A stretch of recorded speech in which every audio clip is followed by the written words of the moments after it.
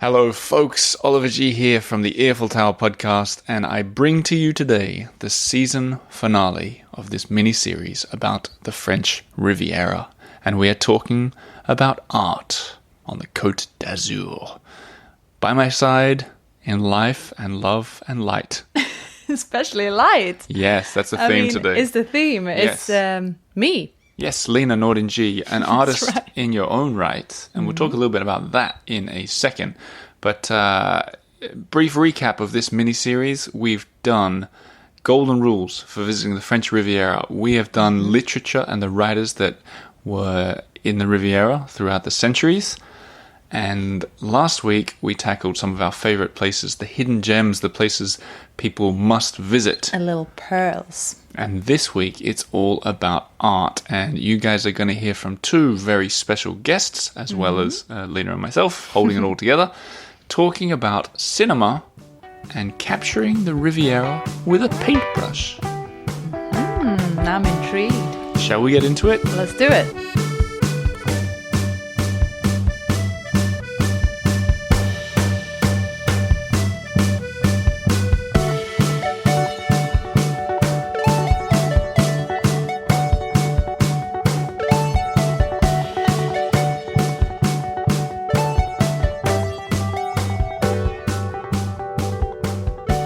Thanks to Press Maxon for that music. And when it comes to the Riviera, I've got a quote for you. Do you? Yes, it's by the writer Somerset Maugham, who said that the Riviera, the French Riviera, is a sunny place for shady people. Sounds rather sinister. Doesn't it? Yeah, but like glamorous. Kind of like, I think it was said about Monaco, which makes total sense. Definitely. The casino and everything going on down there. Yeah, but also like the no tax kind of situation. Yeah. But we're not going to talk about that. We're going to talk about, today we're talking about cinema and art. And I think we start with cinema. Let's do it. So before we get into today's first guest, I think we need to just go over quickly for people who maybe aren't so aware. The Riviera is a hotbed for cinema for two reasons. One, there's the Cannes Film Festival. Exactly. The annual festival. Craig Ferguson, the comedian, he said that, this just popped into my head. He said that the Cannes Film Festival is great because the French love movies and the French love to judge. The perfect combination. So A match made in heaven. We'll talk about that Cannes Film Festival specifically with today's guest, but in terms of movies down there, if you don't know... So many movies are set there. I mean, you might not even realize, but a lot of the Bond... Yeah, especially right? Never Say Never Again. That's Especially like on TV as well. featured. And To Catch a Thief with Cary Grant. Hitchcock, yeah. Wasn't there some connection with... didn't you do a Grace Kelly thing for one of them? I did actually, yeah. So in To Catch a Thief, there is a light blue chiffon dress that Grace Kelly wears, I think, towards the end of the movie.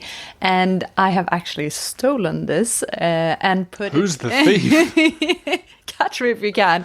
I've taken this dress and actually the back of Grace Kelly and put it into one of our children's books, Roger the Liger. It's in the dream scene where he dreams that he's on stage and Grace Kelly is applauding him. Ah, lovely. Well, speaking of the stage, the Cannes Film Festival, I mentioned last week, I think, that I didn't have much time for Cannes. I know. You just cut it down with an axe. You know what else? not care. You know what? Like, I want to say this before I forget. We got a few messages. I certainly got a lot of comments about places that we may have missed in our recommendation. And some that popped up a lot were Saint-Paul-de-Vence and Menton. That's right. Popped up an awful lot. Maybe we'll touch on that at the end. But back to Cannes. I thought, what goes on at the Cannes Film Festival and who would know? And lo and behold, I'm scrolling through Instagram and I see a past guest on this show, Edward Chisholm. Yeah, the author. The right? author from A Waiter in Paris, which I have to say could be my favorite book from any of the authors I've ever interviewed on this show. Yeah, I'm reading it as we speak, and it's, I mean, so far, amazing. So I interviewed him in Bourfangi, the restaurant in Paris. I'm sure a lot of you guys have heard that already. But he was at the Cannes Film Festival. I sent him a message. I said, what's going on? And he said, let me tell you, brother, I got a scoop for you. This is... Okay. He said, I've got some news, and I'm happy to reveal it for the first time on the Earful Tower podcast. A scoop! So I called him, and I asked him to talk about Cannes and also what his big news is. Are you ready to head to the Cannes Film Festival? Let's go! Put on your chiffon blue dress. I'll put on a tuxedo. We're not actually invited, so... So we have to forge our way in. And I think some fitting music would be Press Maxon's take on La Mer by Charles Trenet. Lovely. Yes. Take it away, Press.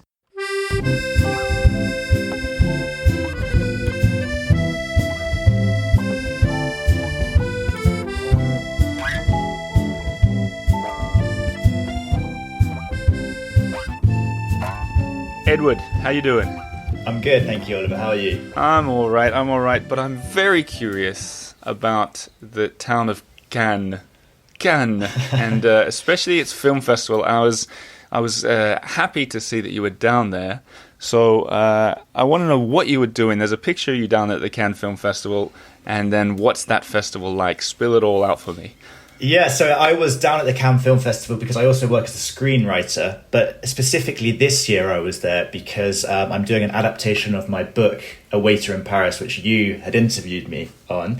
And so I've just finished the screenplay, and I was down there with the producer to meet with directors and actors and discuss the next steps, distribution, etc. of the film. And so, yeah, the Cannes Film Festival happens every year, and it's a pretty glamorous event. It's quite incredible. You'll be walking along the street and you will see famous directors or actors in restaurants and things. So it's quite unusual. And there's a lot of police, incredibly, everywhere. It's like, like the UN meeting or something, or the G8. But what does this... So, like...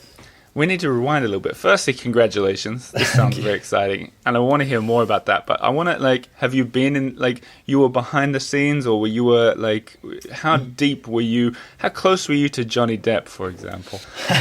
Well, so I was quite lucky. So, well, first of all, I had accreditation, so I can enter the film market. I can go to the screenings of the films. And then also you get invited to a lot of parties. A lot of it revolves around parties at these beach clubs, which are on the whole... Cannes quite small, and there's a kind of long road that goes along the beach called the Croisette, and then there's lots of beach clubs. And here, every evening at cocktail hour, people organise parties, and so the big discussion is which parties you've been invited to. And in terms of proximity to Johnny Depp, well, I was invited to a party which was on a balcony overlooking the red carpet and the famous red steps which go up into the where the screenings happen, and so I was probably about 20 meters sort of as the crow flies from Johnny Depp and co as they went in, also as the Wes Anderson film went in as well, so that was quite nice. You mentioned the red carpet. I sort of said out of season it's not that fantastic. What's your opinion on the red carpet? Yeah, the red carpet. I mean, Cannes during the film festival is a very different place. So, for example, I've also been for the Cannes TV series festival called Cannes Series, which is in October, I think.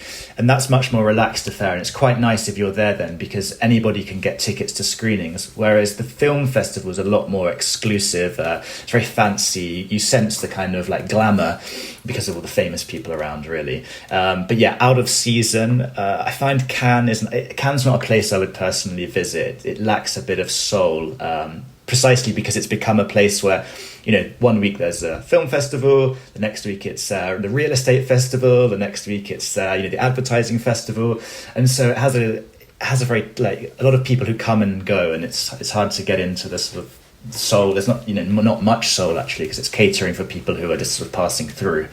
There's lots of beautiful places around. I wonder what it's like in the totally off season. I wonder if it's like a charming little Riviera village. I mean, I've been there once. I was there during COVID for like a writing residency. And it is, I mean, there are places around the periphery of Cannes which are quite nice. And if you look hard enough, you can find some good restaurants and bars. But I think it's for so long associated with all these festivals and stuff now, it's not really worth it. But, you can, in there sort of the hills behind, there are some beautiful places you can go to, nice villages. It completely changes very quickly. And you're following in the footsteps of many great writers down in the Riviera. let's talk about that quickly. Do you feel like, obviously, like probably some of your heroes are down there, I imagine, or have been down there in the past. Did you feel any kind of like inspiration when you were walking the streets of the Riviera? Well, like the whole of the Riviera in the south of France has always drawn particularly English people as well, like writers and musicians. I saw that you went to Villefranche-sur-Mer, and the Rolling Stones recorded "Exile on Main Street" there, for example. And so a lot of artists are drawn there. So there is something about it, something about the light, something about the place, and of course, Cannes during the film festival, you can't help but feel this sort of the people that have gone before you, not least because there are lots of photos everywhere of Cary Grant and Alfred Hitchcock and Grace Kelly, etc. So it's a wonderfully inspiring place to be in that sense, although a little bit fake, I guess, because it's all just about the glamour and the facade. It's got a bit of that. Have you been to Deauville in the north? Yes, there's also a film festival there, I think, isn't there? Yeah, maybe that's why. It's kind of like it feels like a facade of a town and I don't know, a temporary movie set kind of, but that fits, I guess. It fits completely. I don't, hang on, we got to get into, I want to get into your book becoming a movie, because this is huge. This book it's gone from success to success, and like I said before we started, I'm so proud of you. Like, I just think it's great. Well, thank you very much. But what can you give us? Give us some kind of Earful exclusive. Is this happening or what? This is happening. This film is happening. There'll be announcements in the press shortly. I can't say just yet who the director is. The director's American, and he's very famous. And we've got some interesting actors as well already interested. And yeah, it's the screenplay. So I've done the adaptation myself. I wrote the screenplay, and it's close to the book. It's very close to the book. The only difference is obviously the book recounts my experiences working as a waiter in a Parisian restaurant. So it's very much from the first person point of view. But the beauty with writing the film version, it allows me to kind of take the point of view into different places and go a little bit into other characters' lives and the things that were happening in their lives. So it's kind of, it gives me a chance to sort of rewrite the book in a different way. And I mean, you said there are already actors talking, but before, did you write it with an actor in mind, or is that? So this was always the question I used to get, and it's seen. I mean, I always used to get quite embarrassed because it's one thing writing a book about yourself almost, it's not really about me, but then writing a film in which you're the kind of protagonist starts to feel a bit egocentric. So actually, like in the book, the protagonist, or me in the book, is called L'Anglais, the English guy, because people just refer to me as the English guy. So what I did to sort of distance myself from the protagonist in the film is he's also just called L'Anglais, and he's no longer me, so it allowed me to be a bit more detached from him. But yeah, there were some interesting suggestions of different people to play me. But maybe you could ask your listeners for suggestions. It's absolutely, quite funny. Absolutely. Does it have to be a British guy that will play? Not necessarily. At the moment, it will be, but there were some sort of American actors as well. And so obviously, if you have American actors in the film, it's more interesting for finance from American investors. So there's always like a balancing act for the producers to get a kind of varied cast. In fact, some of the waiters, I've changed their nationalities a little bit, just to sort of lean towards sort of casting ideas. I'm thinking Ryan Gosling. That's what I'm thinking. I think, obviously in my mind, I was like, someone a lot better looking than me. So for posterity's sake, everyone will assume I was some incredibly handsome English guy in Paris at some point. Well, that's I'm super happy about this. I'm excited. We'll look forward to seeing those announcements in the coming days, I guess. Yes, and I'll keep you posted. For anyone who's listening to me and Edward talking now and thinking, I want to know more. Firstly, you got to check out his book, A Waiter in Paris, but also he was on the show, what was it, like 6 months ago or something like that? Yeah, I think so, yeah. Ish. End of last year sometime, maybe. End of last year, sitting in Beaufarger restaurant in the Marais, talking about waiters in Paris. So go and listen to that as well. But Edward, thanks for your words on Cannes. One final question. If there's one place on the Riviera that you could be transported to today for a little bit of a walk around, where would you be? That is a good question. I would go in what's called the Arrière-Pays of Nice. So it's the hills behind. And maybe somewhere... what's the name of that? Tourette-sur-Loup is quite a nice place. And actually, we can finish on a film note because Hitchcock's To Catch a Thief, which had Grace Kelly and Cary Grant in, was filmed around there. So that's where I'd go. And lots of lavender as well, so it smells nice. Perfect answer. And best of luck with the film, Edward. I'm looking forward to it. Thanks a lot. We'll do an interview afterwards and we can talk about what it's like to film a feature film in France about working in a restaurant. Absolutely. You picked the restaurant this time. Perfect.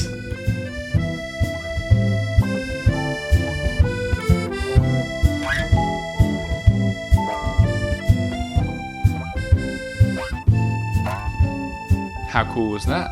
Amazing! I can't wait to see it. When the camera stopped rolling between me and Edward, I said, "Look, mate, off the record, tell me everything." Yeah. And he gave me names. He named The names. lowdown. He did not. He did. So everyone. Any hot names? I'm not allowed to say. It was off the record, but it's exciting. Any familiar ones? I can't say anything. Really? Let's change tack. But everyone, keep an eye. A waiter in Paris. You can follow Edward Chisholm on Instagram, online. I'll put it in the show notes below. But changing tack now to the other side of art in the Riviera. And I want to talk about painting. Before we introduce the next guest, I just want to talk about you for a second. So you officially became an artist, I think. Oh. Yeah. Oh, Yep. okay. Yep. I like that. Well, what's the definition of an artist? I mean, you can be an artist of many different sorts, can't you? Wrong. Wrong. I think there are Or two. you have to go to the south of France to become an artist. Is that correct? No, I think there are two definitions of artist in my book. One is when you sold a painting, which I've Count done. Van Gogh. Count, how do you pronounce it? Van Gogh. Yeah, well, Van Gogh. No, I think you. Van Gogh. Van Gogh. Count yeah, it's, You know what a Dutch. in Swedish we say Van Gogh. You know what a Dutch person told me? A Dutch person said it's pronounced very similar to in English saying F off, but the full version. Oh, really? Van Gogh.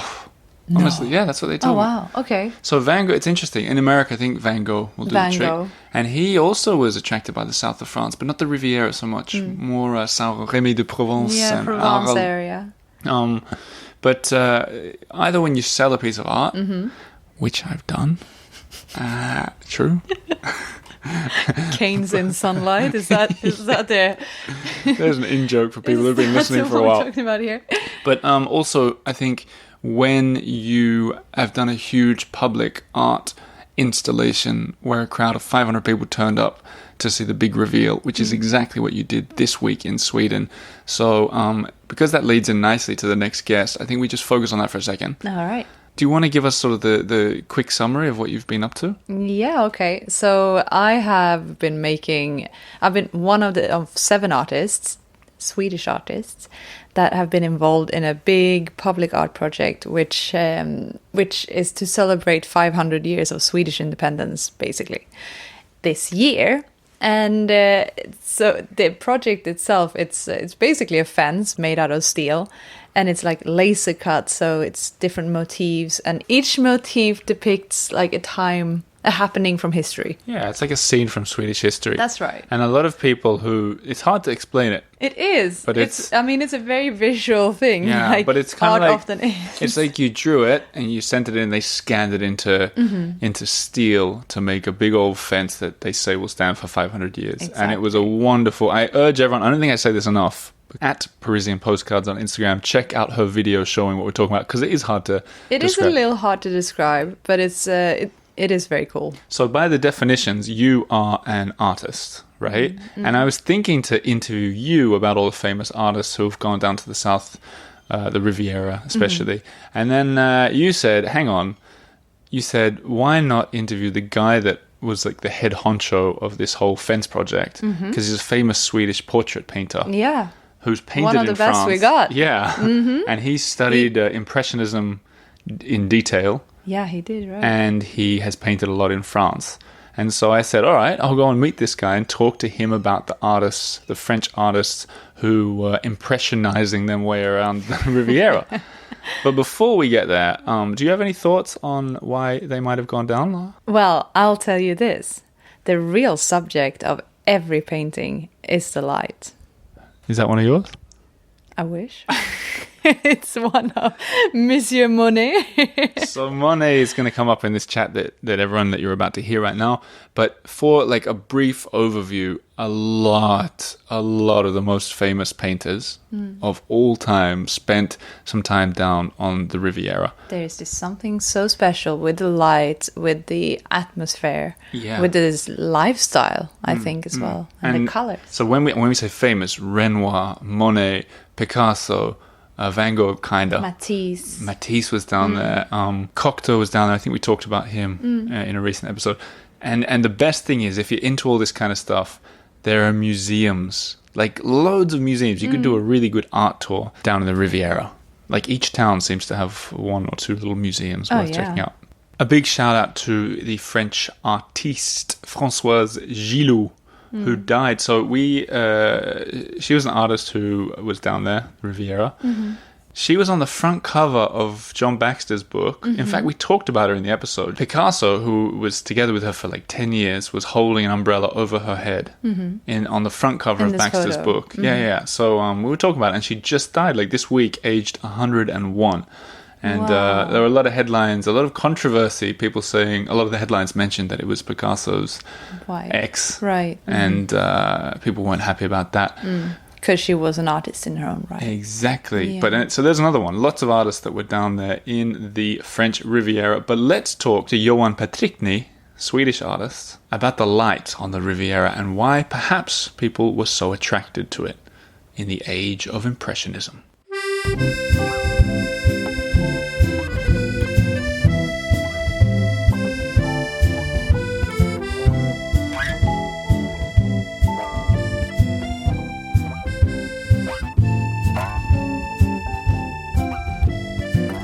Johan, hello. Hello, Oliver. Nice to see you. Nice to see you too. It's been really nice having a pre-conversation with you about painting. Yes. But now I think we start at the beginning, because some people will hear the word Impressionism and say, I don't get it. What is it? Oh, it's maybe, I think, a tough question, actually. Because if you would ask even the Impressionists themselves, I don't think they could answer it either, actually. But maybe you could boil it down to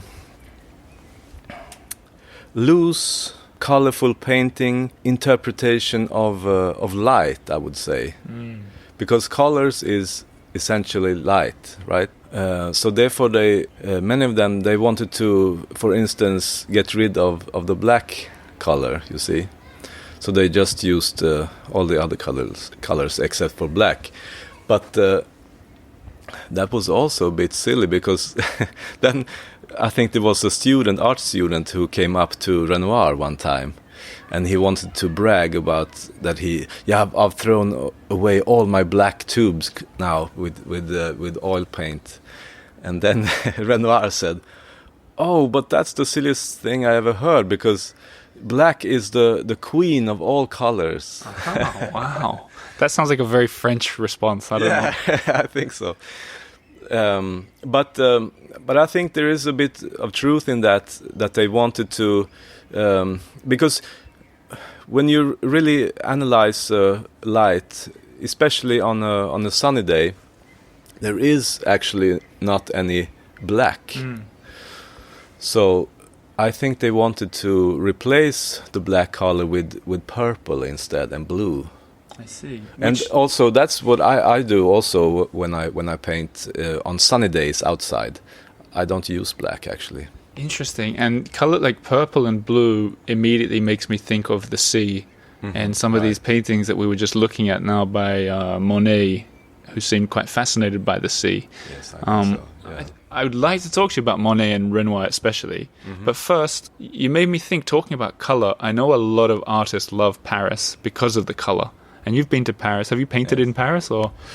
Actually, I haven't painted in the center of Paris. Yeah. Actually, not, but outside. But maybe it's maybe in the gardens or the parks there. You could say that it's colors, but maybe it's quite gray in Paris in a way. I don't know. I don't know either, but I know a lot of photographers and artists that have been on my show before, I've talked about the color of Paris, like this magical thing. But when you compare it to the south of France, which seems so colorful, it's little wonder to me that so many artists have been inspired by the south of France.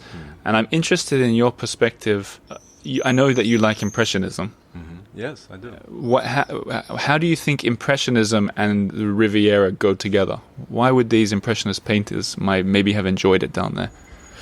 I think there are maybe many reasons, but foremost, I think they wanted to get out of Paris. That's the main reason, because they were, I think many of them, Renoir and Monet, they didn't have a lot of money at hand, so they were stuck sometimes during the hot summer months early in their career in Paris. I mean, so I think when they were able to go down south in the summertime, I think they were very relieved, and there was a whole new world with all these bright colors and the sea and a whole different air and everything. So, can I ask you, as an artist yourself? Yeah. And I know you specialize in portraits mostly, but you do paint outside. Yeah. Can you talk about the color of being somewhere? How important it is to painting in general? Like how does it? Why is that so important? Because me, I don't paint. I don't get it. Like I can't understand it. But why do you think it's personally for you? Why is it so important to have nice color around? Essentially, I would say, like another. Maybe you couldn't call him an impressionist, but he was in the same crew as Renoir and Monet, and that was Paul Cézanne, who were down a lot in Provence. He said that, which I think is quite true, the painter or the artist that can't find a painting, find a motive where he stands, he shouldn't call himself an artist. So in a way, you should be able to paint anything, anywhere, wherever you are.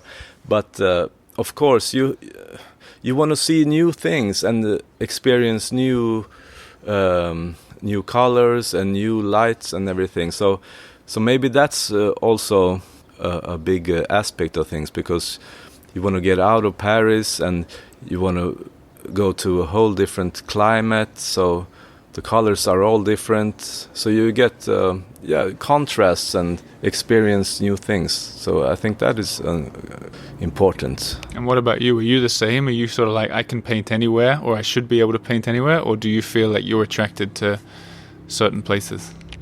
A little of both, actually. I try to find motives wherever I am, actually, but of course, I love to travel around and experience new places and new colors and everything.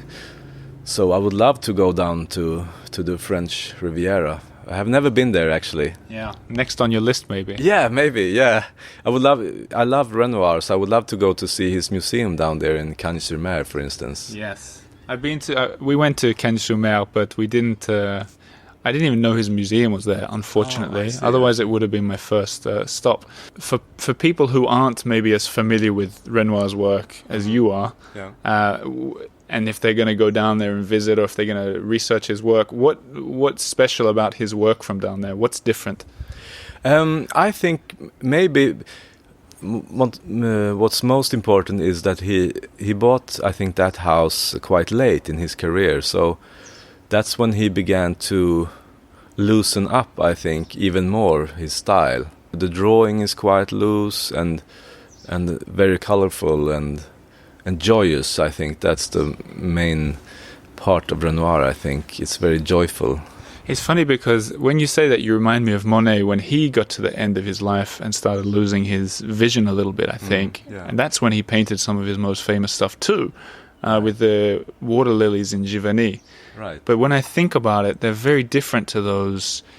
We looked at them just a second ago. Monet's pictures of the energetic ocean and the crashing waves and so on. Yeah. But it's fascinating to see like how you can look into people's whole careers based on where they are and the styles that they're doing. Yes, that's very interesting, because when you study art as an artist, you can at the blink of an eye see, okay, this is painted in this period of his career, so you can quite easily see that where he is in his maybe age and everything. But it's funny you said that about Monet, because he lost his eyesight, I think, more and more towards the end of his life.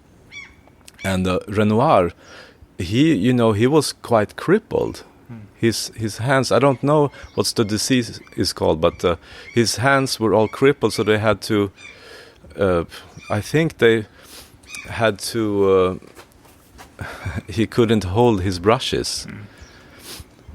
So that was a big problem for him, and he was rolled around in a wheelchair as well. And I think that was at Cagnes-sur-Mer as well. That's interesting, because that's another parallel with Matisse, who I was reading about. Oh, yeah. He had a similar thing, and that's why he ended up doing those cutouts, I see. shapes from his bed. All right. So it seems like there's several themes going on. Like maybe people are looking for sunshine or looking for comfort in their older years. Yes. So if we can foresee your future, it might be... I want to stay healthy. You want to stay healthy and stay in Sweden, huh?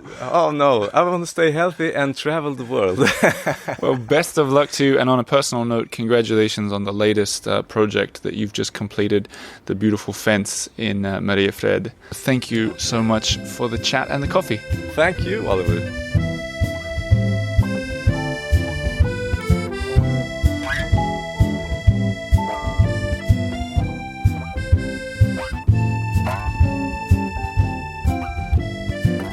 So there you have it, Johan Patrickny, interesting dude. He took me into his house and showed me a bunch of his portraits on the walls. The places I get to go with this job. Interesting, Renoir at Cagnes-sur-Mer, really hard to pronounce, but his house is there, and I'm intrigued to go back, because we went and saw the fort in that town, and I'm a bit guilty. I felt like that should have made it to the top 10. I know, we missed out on that one, I think. So they're the ones that I think we most missed out on, were Menton, Saint-Paul-de-Vence, where there's Matisse stuff. So, well, a reason to go back. Everyone needs one. Exactly. And on that note, I think we wind up this mini-series. I must say, I had an awful lot of fun doing this. Yeah, I think it was such a good idea to head out of Paris for a little while. It's refreshing, isn't it? And do it in more than just, I don't know, I think maybe in the future I could do something similar like this about Provence. Because there's an awful lot going on there. I see it. I see it. I can definitely see it. But it was cool to do 4 episodes about one part of France, because I've never done that before. I love a mini-series. Me too. Yes. It could be the future. Yes. It could be the future. But no, we've got a big series coming up. A maxi-series. Oh my gosh. I've sort of hinted about it in the newsletter. But in sort of summary of this season, a lot of people have messaged to say that they're going to add the French Riviera to their itineraries. Some gleaming feedback, Yeah. which is cool. There was some beaming feedback. Some beaming. Yeah, I'm going to read you one. I'm talking about Carl Beam. He's kind of one of the most famous listeners. Yeah. He always sends good emails. He needs a show of his own. Yeah. He's very quotable. He says, Oliver, you've changed my mind about something, and that's not easy to do. We've never visited the Côte d'Azur because, in my opinion, that was a beach trip, and it seemed to me that the beaches didn't suit me. Here we go. I was wrong about part of that. I still don't think beaches suit me, but now I realize there's so much more to the region than beaches. Baxter expressly said all this, and you have also made the point clear. Lesson learned. We'll start planning a visit. Second point, tangential but related, Villefranche-sur-Mer should never be mentioned without referring to the fact that the bass tracks of the greatest rock album ever recorded were laid down at the Villa Nelcote in that very town, Exile on Main Street. Rolling Stones, as Edward Chisholm pointed out, was released in 1972 and is the first rock album I ever purchased. To this day, if I'm pressed, it's my favourite album. And you know what he adds? He said Dominique Tarlet, Keith Richard, he just calls him Keith. Oh yeah, first name. Keith's own version of Augusta shot some incredibly iconic photos of the Stones' time in Villefranche, some of which are shown here. Link, I'll share that. And then just niceties at the end of the email. But I told you, he needs a show of his own. Very knowledgeable, very quotable. From the Riviera as well. Incredible. So I know there are a lot of people out there like Carl and Jody who are planning trips to the Riviera based on what we said. And that's very touching. that you guys put your trust in us. So enjoy your trips. Tag us in lovely pictures. Speaking of pics, thanks to Augusta Sagnelli for all those beautiful, colourful photos that you've been seeing. We'll be doing more with them as time goes by. As for us, we're back in Paris. And ready to get going again with more of the Earful Tower. A huge thanks to all the Patreon members of this show. Patreon.com/the Earful Tower. Because without Patreon support, you may have noticed there were no ads in this episode. Without Patreon support, we would never have afforded to go down there. No. So honestly, huge thanks to you guys. Hope you've enjoyed the content. We'll be back again soon with more, and a huge shout out to Press Maxon, who's going to see us out with some beautiful Riviera music. Merci beaucoup and au revoir.